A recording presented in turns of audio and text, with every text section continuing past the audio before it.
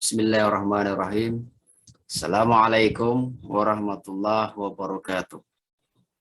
Alhamdulillah wa syukurillah wassalatu wassalamu ala rasulillah wa la hawla wa la quwata illa billah. Jumpa lagi dengan Ambar Agus Umbara. Pada kesempatan ini kita akan membahas kesejarahan Pancasila sebelum kemerdekaan. Ada 2 poin yang akan kita bahas berhubungan dengan kesejarahan Pancasila sebelum kemerdekaan.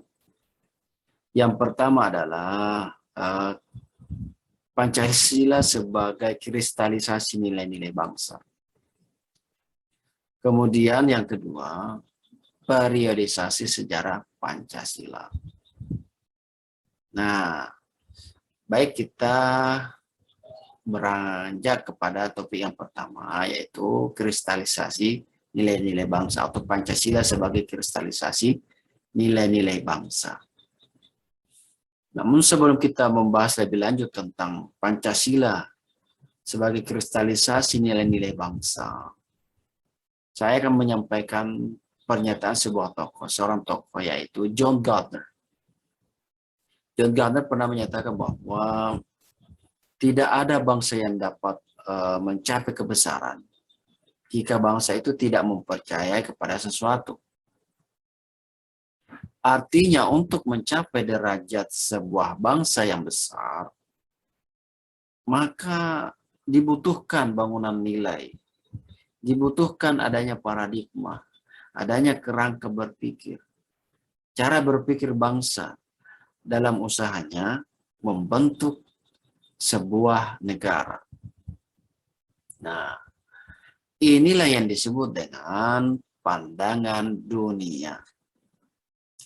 Jadi pandangan dunia sebuah bangsa itu, di mana di dalamnya terdapat nilai-nilai, terdapat cara hidup, terdapat tata sosial, itu adalah cara menafsirkan dunia, cara memahami lingkungannya. Nah, dengan cara ini, bangsa itu berjuang mempertahankan kelangsungan bangsanya, keberlangsungan negaranya. Bangsa itu membentuk masyarakat sosialnya menuju masyarakat yang diinginkan berdasarkan pandangan dunia ini. Nah, itulah pentingnya pandangan dunia. Itulah pentingnya sebuah bangsa harus mempercayai sesuatu, harus mempunyai ideologi, harus mempunyai bangunan nilai, paradigma, cara berpikir dalam membentuk bangsanya. Nah,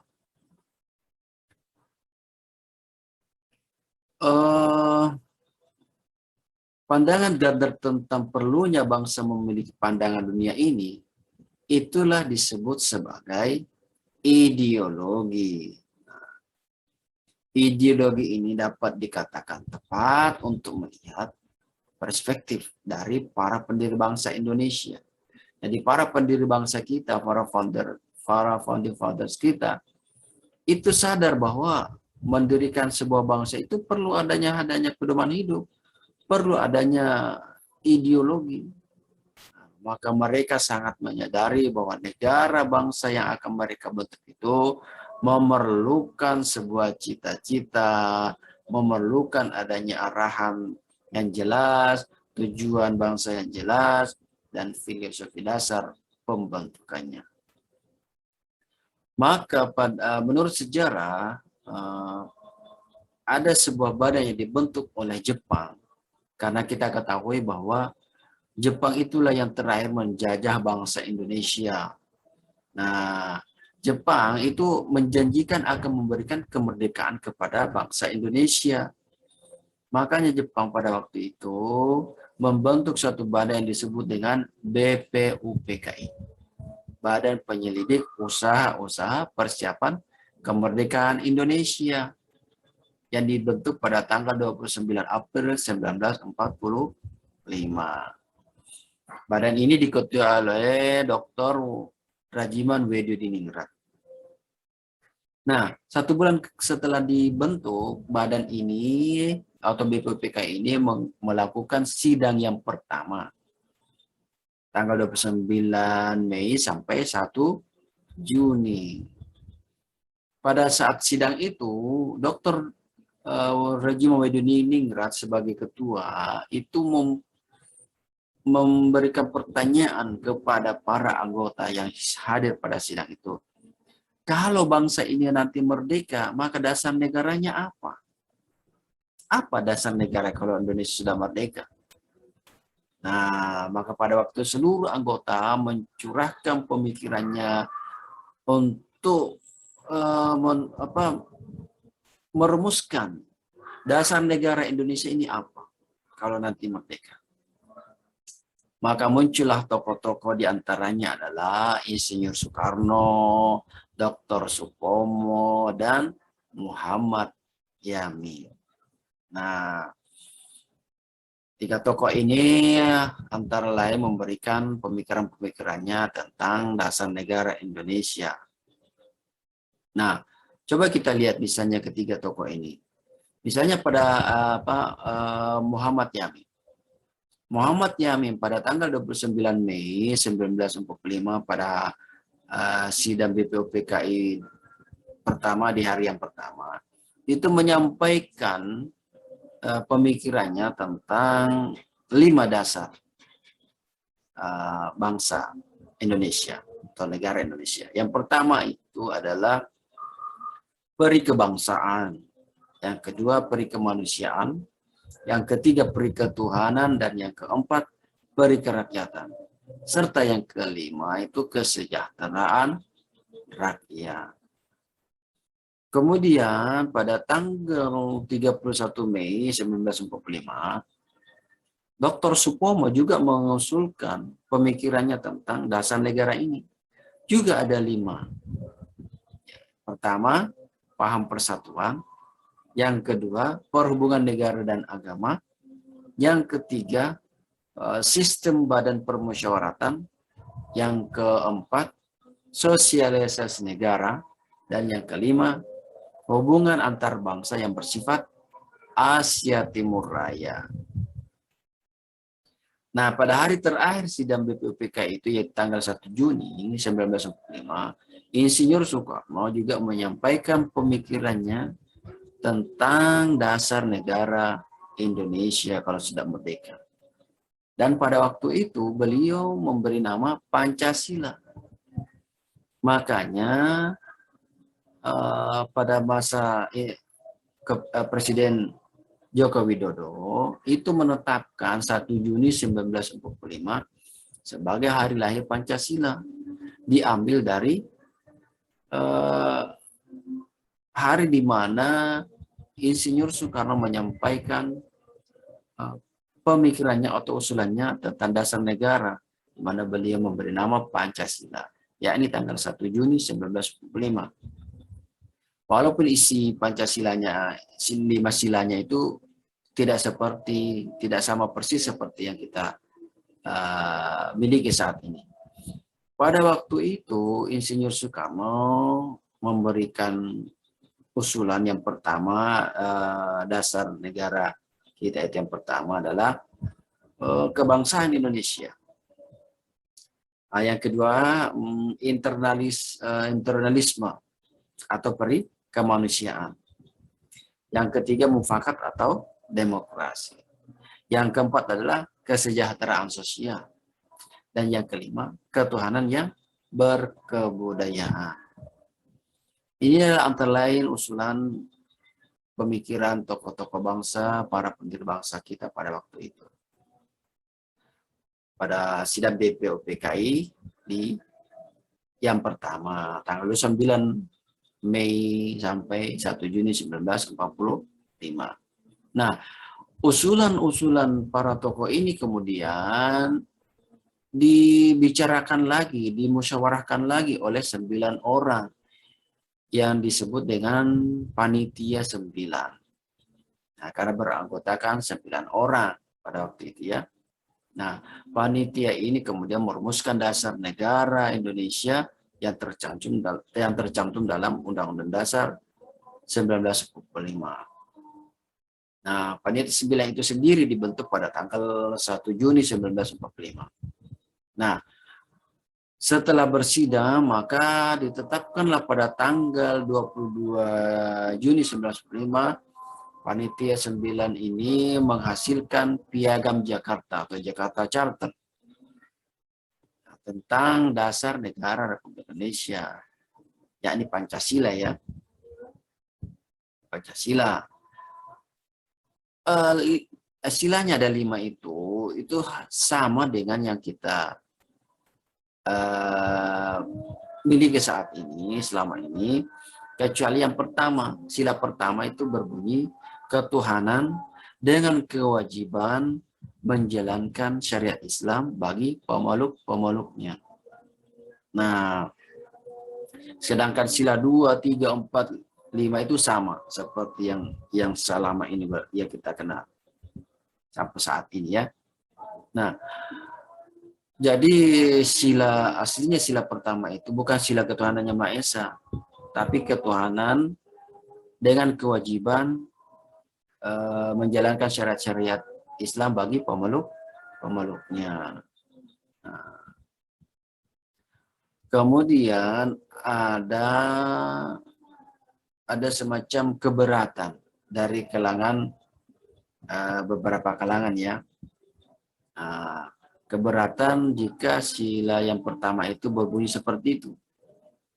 Nah, maka muncullah usulan agar sila pertama itu diubah. Nah, menurut keterangan ada tokoh yang menemui Muhammad Hatta, wakil presiden Republik Indonesia pertama ya. Sebenarnya Muhammad Hatta juga itu keberatan jika ketuhanan itu diubah karena itu adalah hasil musyawarah PPKI pada waktu itu ya. PPKI, karena PPKI sudah berubah menjadi PPKI, Panitia Persiapan Kemerdekaan Indonesia.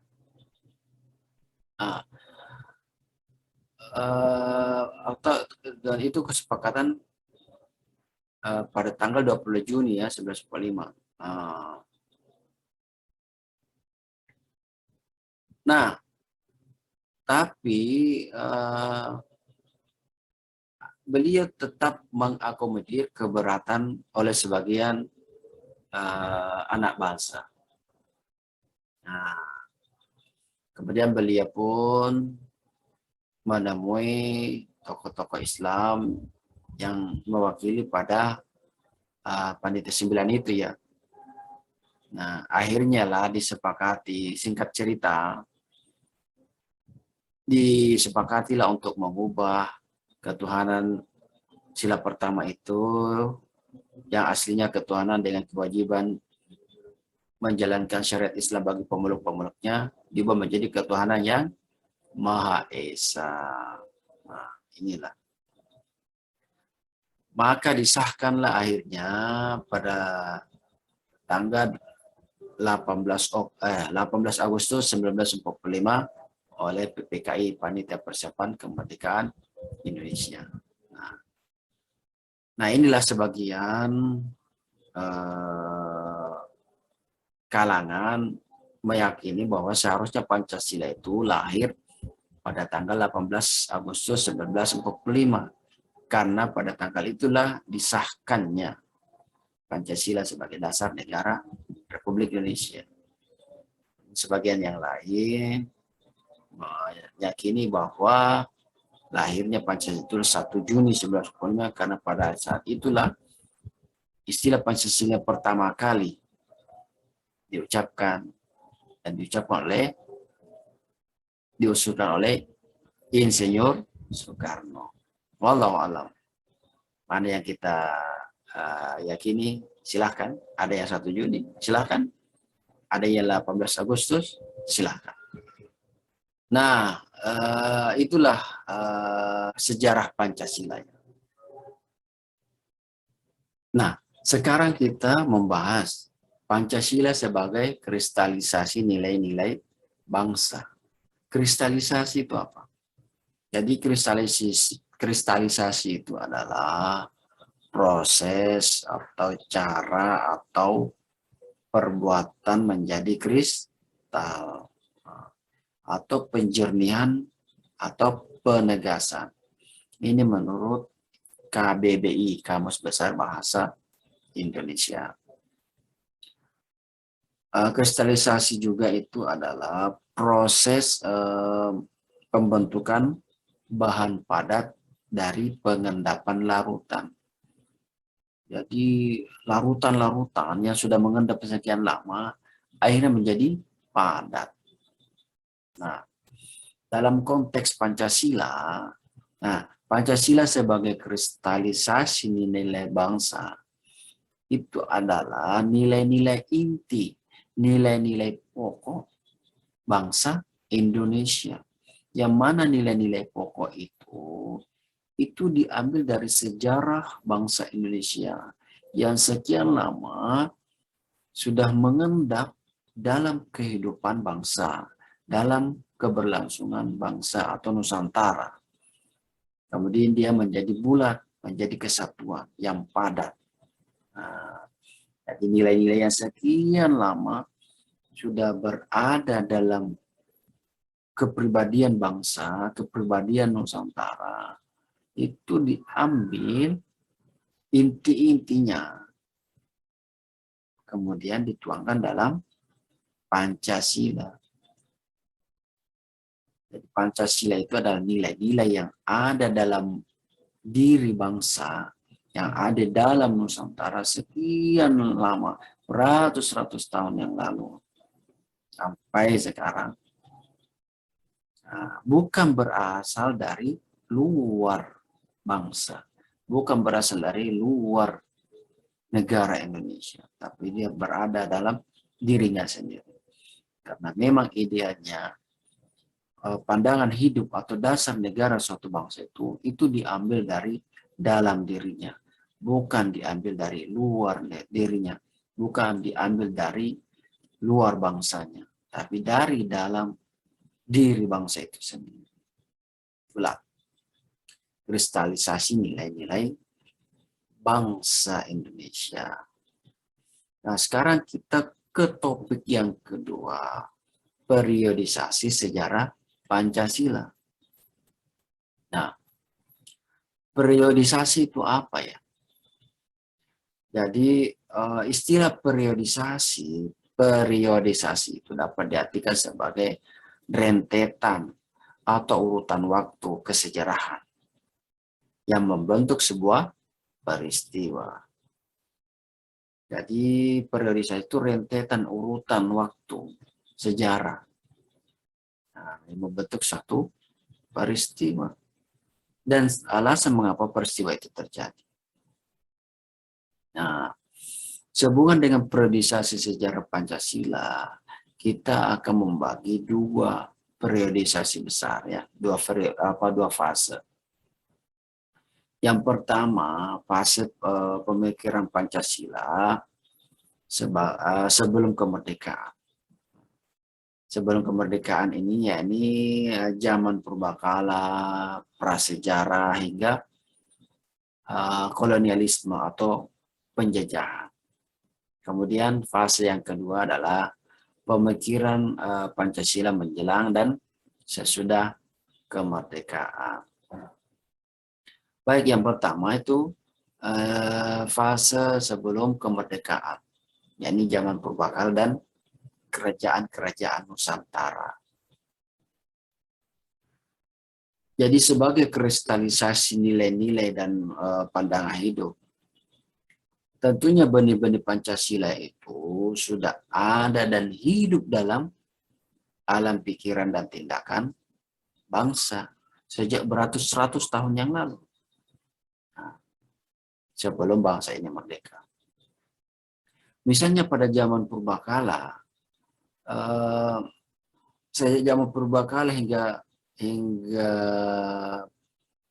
kemerdekaan Indonesia itu masyarakat Nusantara ini menurut Yudi Latif itu sudah dipengaruhi oleh beberapa agama. Ada Hinduisme, ada Buddhisme, ada Kristen, ada Islam. Nah, itu artinya bahwa negara kita itu sudah hidup dalam nilai-nilai agama, religi.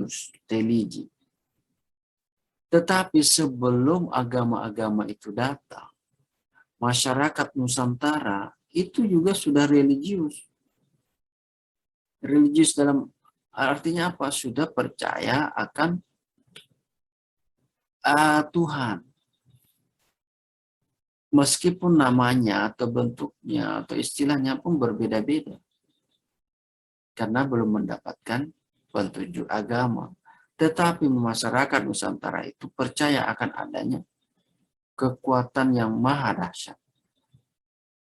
Nah, mereka dikenal dengan istilah animisme dan dinamisme.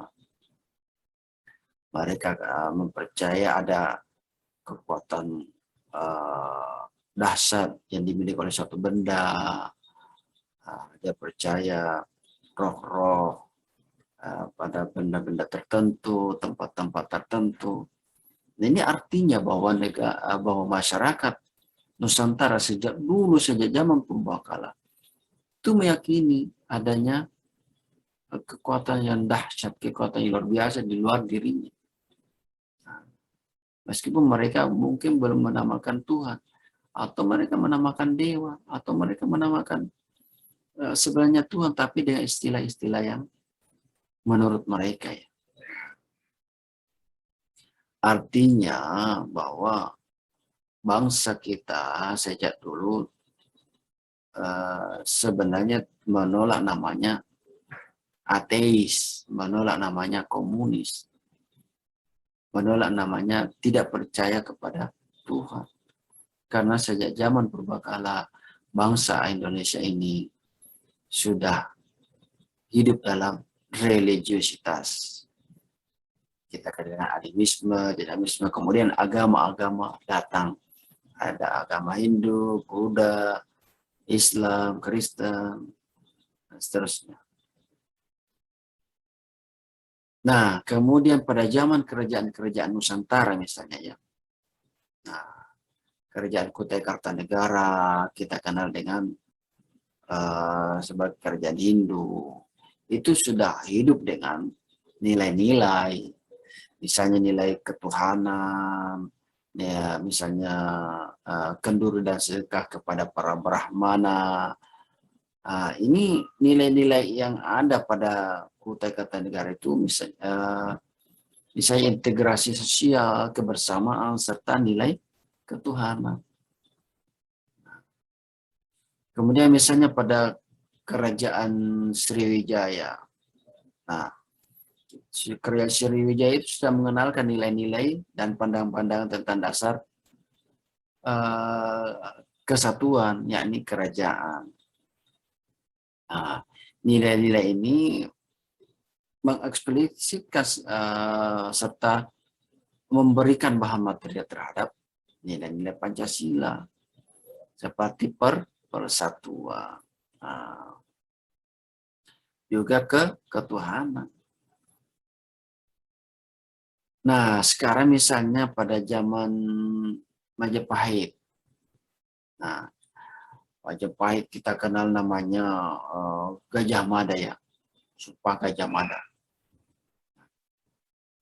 Mana supaya tidak akan berhenti bekerja sebelum Nusantara bersatu. Gajah Mada berhasil mengintegrasikan, menyatukan Nusantara di bawah pemerintahan Raja Hayam Wuruk.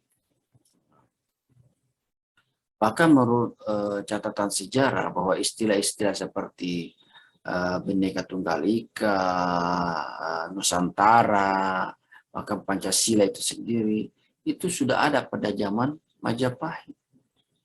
Tiga istilah itu yaitu Bhinneka Tunggal Ika, Nusantara, dan Pancasila itu menurut atau konon terdapat sudah termuat dalam Kakawin Nagara Kertagama.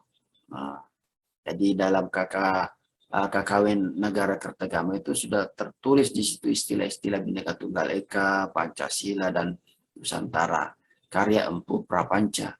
Dan juga sudah terdapat dalam buku Sutasoma karangan Empu Tantular. Walaupun mungkin maknanya agak berbeda ya, tapi istilah-istilah itu sudah ada pada zaman kerajaan, terutama pada zaman kerajaan Majapahit. Misalnya sebagai contoh ya, dalam buku tersebut itu ada istilah Pancasila, tapi agak berbeda artinya. Nah, misalnya dikatakan di situ berbatu sendi yang 5. Jadi Pancasila itu berasal dari bahasa Sanskerta yang mempunyai arti pelaksanaan kesusilaan yang 5 atau Pancasila kromo atau krama. Pancasila krama ya. Pelaksanaan kesusilaan yang 5. Apa itu kesusilaan yang 5? Tidak boleh melakukan kekerasan, tidak boleh mencuri, tidak boleh dengki, tidak boleh berbohong, dan tidak boleh minum minuman keras atau mabuk-mabukan minuman keras. Nah, nilai-nilai yang terdapat dalam Pancasila Krama. Nah, jadi nilai-nilai inilah yang diambil, yang digali, kemudian dikristalkan dalam Pancasila. Demikian pula pada masa kerajaan Islam. Islam sebagai agama yang datang itu mulai dipeluk oleh banyak kerajaan-kerajaan di Nusantara ya.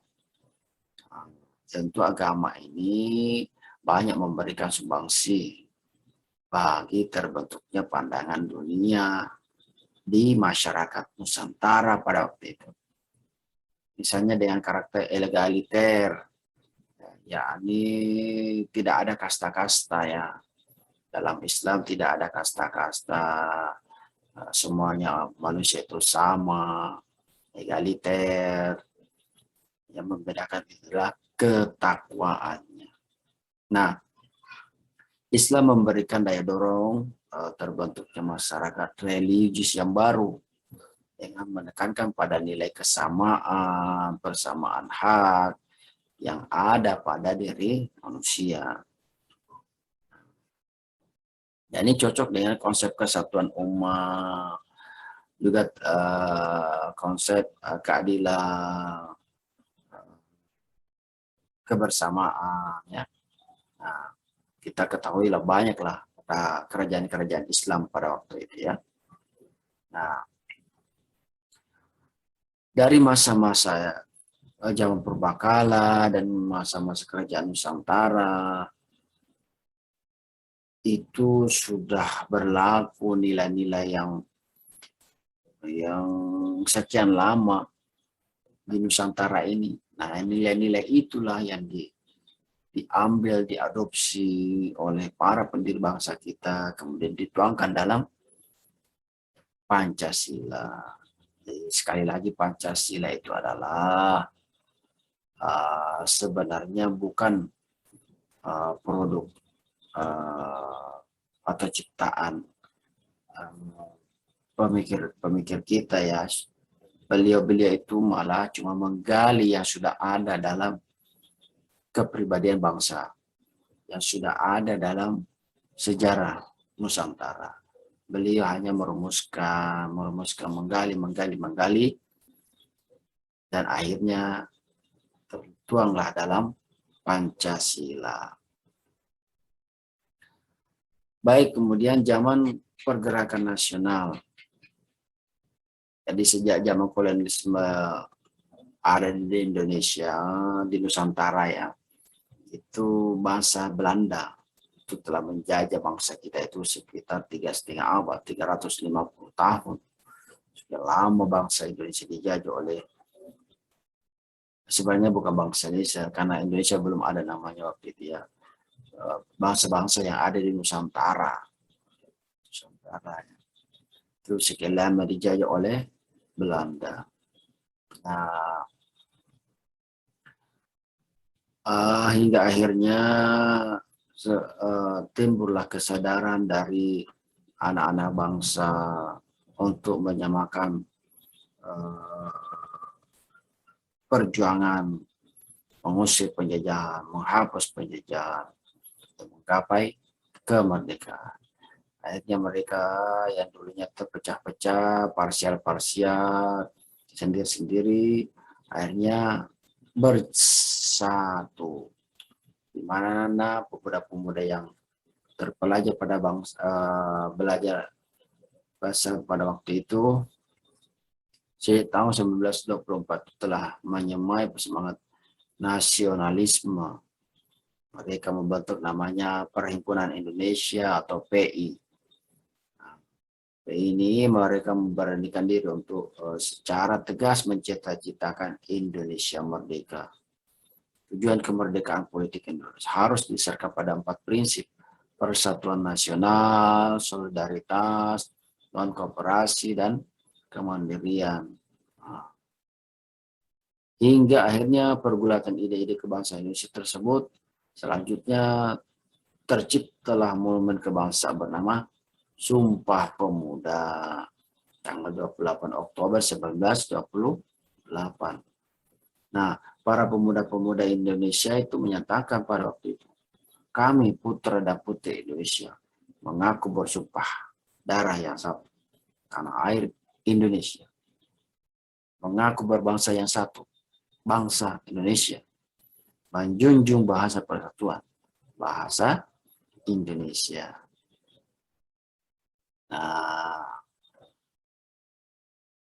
Nah itulah zaman perjuangan pergerakan nasional, hanya lahirlah Pancasila.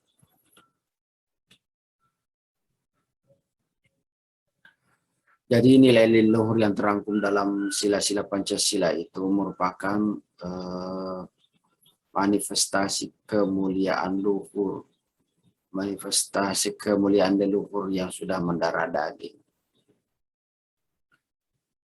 Akhirnya kami tegaskan bahwa nilai-nilai luhur yang terangkum dalam sila-sila Pancasila itu merupakan manifestasi kemuliaan leluhur yang sudah mendarah daging, sudah sekian lama hadir dalam kehidupan bangsa. Sehingga kita mengambil spirit utama yang tersirat dalam Pancasila dan semakin memahami bahwa kebudayaan bangsa Indonesia itu sudah cukup mapan untuk dijadikan sebagai pandangan hidup. Nah, pembahasan mengenai sejarah Pancasila itu dimaknai sebagai pengantar awal untuk memahami proses pembentukan Pancasila beserta varian pemikiran dan gagasan-gagasan yang mengitarinya. Demikian pembahasan kita pada kesempatan ini. Mudah-mudahan bermanfaat. Terima kasih atas perhatiannya. Saya akhiri. Assalamualaikum warahmatullahi wabarakatuh.